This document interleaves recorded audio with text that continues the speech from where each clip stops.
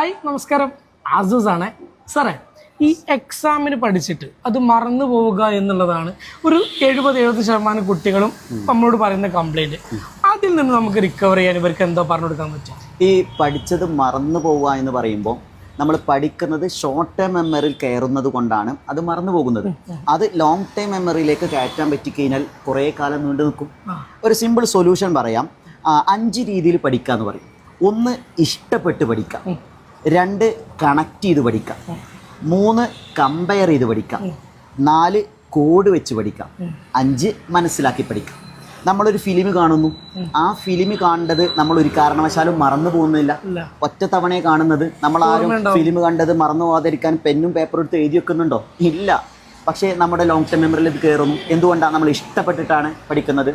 നമ്മൾ പഠിക്കുന്ന കാര്യങ്ങൾ ഇഷ്ടപ്പെട്ട് കണക്ട് ചെയ്ത് പഠിക്കണം. നമുക്കറിയാവുന്ന കാര്യങ്ങളെ കൊണ്ട് കണക്ട് ചെയ്ത് പഠിക്കാം. പിന്നെ കമ്പയർ ചെയ്ത് താരതമ്യം ചെയ്ത് പഠിക്കാം.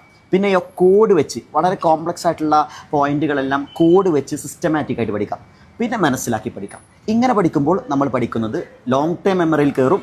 കുറച്ചും കൂടി ബെറ്റർ ആയിട്ട് എക്സാം എഴുതാൻ പറ്റും. അപ്പോൾ 5 കാര്യങ്ങൾ പറഞ്ഞു, അങ്ങനെ പഠിച്ചു നോക്ക്. നിങ്ങളുടെ ലൈഫിൽ ഇമ്പ്രൂവ്മെന്റ് ഉണ്ടാവും. Thank you.